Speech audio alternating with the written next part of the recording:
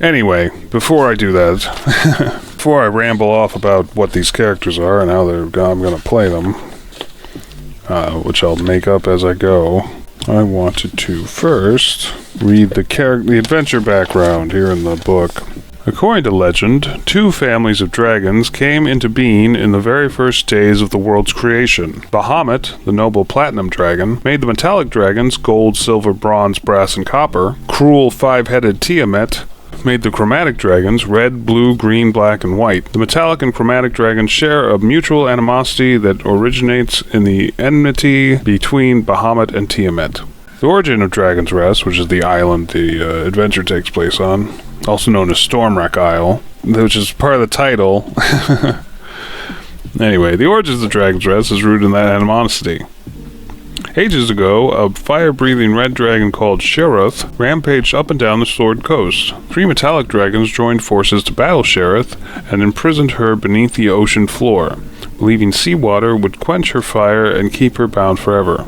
But Sheriff's fury, legend says, caused the undersea volcanic activity that formed Stormwreck Isle. In all likelihood, Sheriff is long dead and entombed beneath the island, but chromatic dragons whisper that she still lives and will one day emerge from her prison. One fact is undeniable. Powerful magic embodied in such an ancient dragon has left a permanent mark on Stormwreck Isle. That magic has drawn other dragons to the island throughout the centuries, making it a recurring battlefield in the conflict between chromatic and metallic dragons. Several of these dragons have died there, each leaving behind a spiritual scar that causes unpredictable magical effects. 100 years ago, a blue dragon tried to harness this destructive magic. A bronze dragon named Runera pleaded with him to abandon his schemes.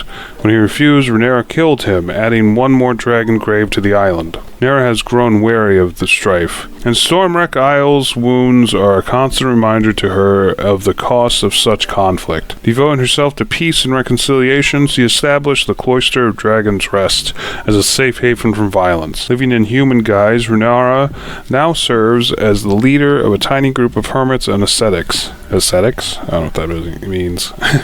But the ageless conflict between chromatic and metallic dragons threatens to disrupt the serenity of Dragon's Rest. And this is where the adventure begins.